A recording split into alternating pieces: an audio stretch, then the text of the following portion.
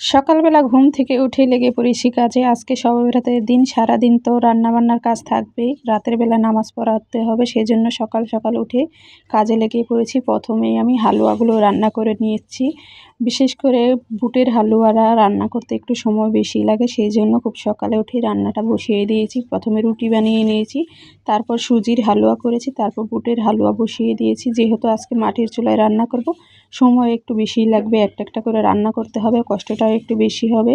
সবাই বুটের হালুয়াটা বেশি পছন্দ করে, সেই জন্য আমি বুটের হালুয়া আর সুজির হালুয়া করেছি। গাজর ছিল না ঘরে, তাই আর গাজরের হালুয়া রান্না করা হয়নি। একা একা সব করতে হচ্ছে, সেজন্য একটু কষ্টটাও বেশি। এর ভিতরে আপনাদের ভাই এসেও কিন্তু অনেক সাহায্য করেছে আমাকে।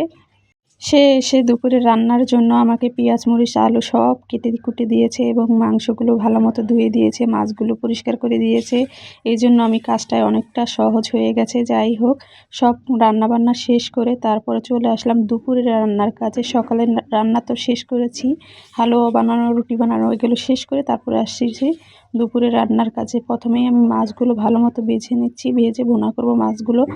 আমার সকালে কাজ শেষ করতে করতে কিন্তু 11টা, সাড়ে 11টা পার হয়ে গিয়েছিল। তারপরে এসেছিলাম দুপুরের খাবারের জন্য রান্না করার জন্য। এই তো মাছগুলো বসিয়ে দিলাম।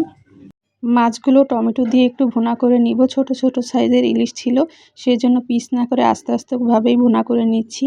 ইলিশ মাছ খেতে ভীষণই পছন্দ করে সবাই, ঘরে ছিল ফ্রিজে, সেজন্য ইলিশ মাছগুলো ভুনা করে নিচ্ছি। আজকে আটা রুটি তো বানাইনি, আটার রুটি না, চালের রুটি বানাইনি, আটার রুটি সকালে বানিয়েছিলাম। যাই হোক, এই তো মাছগুলো ভুনা করে নামিয়ে নিলাম। আজকের মাছটা কিন্তু মাশাআল্লাহ অনেক লোভনীয় লাগছিল দেখতে, খেতেও কিন্তু ভীষণই মজা ছিল। আজকে মাছটা নামিয়ে তারপরে যাই আমি মাংস রান্না করতে। একটা নামাচ্ছি আবার আরেকটা বসাচ্ছি, এভাবেই কাজ করছি।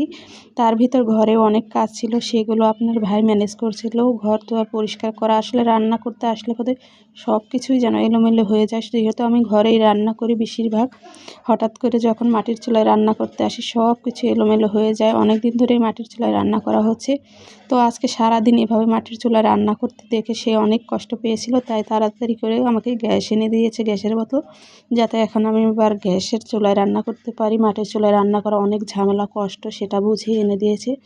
আসলেও আমি গ্যাসেই রান্না করতাম, গ্যাসের দাম অনেক বেড়ে যাওয়ায় তারপর মাটির চুলায় রান্না করা শুরু করেছিলাম। যাই হোক, মাছ মাংস রান্না করার পর আমি কিন্তু পোলাওটাও রান্না করেছিলাম মাটির চুলায়, সেটা আর শেয়ার করা হয়নি ব্যস্ততার কারণে। এই তো দুপুরবেলা সবাইকে খেতে দিচ্ছিলাম পোলাও দিয়ে। ইলিশ মাছটা খেতে ছিল দারুণ। আমার হাজব্যান্ডের অনেক পছন্দ পোলাও ইলিশ, সেজন্য সে অনেক মজা পেয়েছে। আসলে রান্না করার পর সবাই যদি খেয়ে বলে না ভালো হয়েছে, সেটাই কিন্তু অনেক বড় একটা পাওয়া, আমার কাছে অনেক বিশেষ করে ভালো লাগে।